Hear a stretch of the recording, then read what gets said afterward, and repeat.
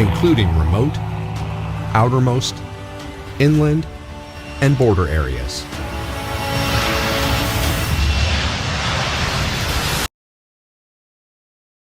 Kejaksaan Negeri Bandar Lampung tetapkan 3 orang tersangka dugaan korupsi pengadaan kontainer truk sampah Dinas Lingkungan Hidup Kota Bandar Lampung tahun anggaran 2018 dan 2020. Ketiga tersangka merupakan ASN dan 2 rekanan. Penetapan tersangka dilakukan usai Kejari menyelidiki dan memeriksa total 36 saksi dalam kurun setahun.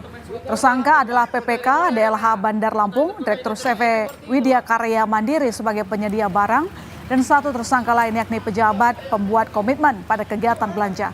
Dugaan tindak pidana korupsi dilakukan ketiganya dengan mengurangi spesifikasi kontainer sehingga tidak sesuai dengan ketentuan.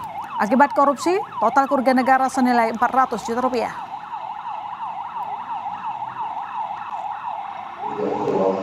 Sebesar 400 juta lebih, dengan rincian pada tahun 2018 sebesar 230 juta, 230 juta 91.448 rupiah, dan pada tahun 2020 sebesar 169 juta 942.696 rupiah.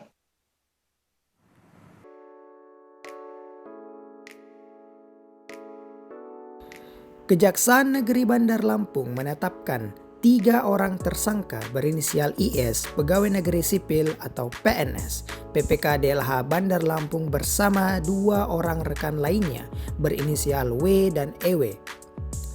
Dugaan korupsi terkait dengan pengadaan kontainer truk sampah oleh Dinas Lingkungan Hidup Kota Bandar Lampung tahun anggaran 2018 dan 2020. Diduga, ketiga tersangka melakukan tindak pidana korupsi dengan mengurangi spesifikasi kontainer sehingga tidak sesuai dengan ketentuan. Kejadian dugaan korupsi tersebut terjadi pada tahun anggaran 2018 dan 2020. Tersangka ditangkap dan dibawa oleh Kejaksaan Agung Bandar Lampung. Penetapan tersangka dilakukan setelah Kejari melakukan penyelidikan dan memeriksa total 36 saksi dalam kurun setahun akibat dari korupsi tersebut, sehingga total kerugian negara senilai 400 juta. Dampak pertama, penurunan kepercayaan publik terhadap integritas dan profesionalisme ASN. Kedua, kerugian reputasi bagi institusi pemerintah terkait.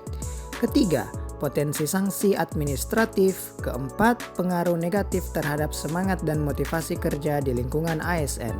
Kelima, peningkatan pengawasan dan penerapan tindakan pencegahan korupsi. Solusi pertama, penguatan sistem pengawasan. Kedua, penegakan hukum yang tegas sesuai hukum yang berlaku. Ketiga, pelatihan dan pendidikan etika. Keempat, transparansi dan partisipasi publik.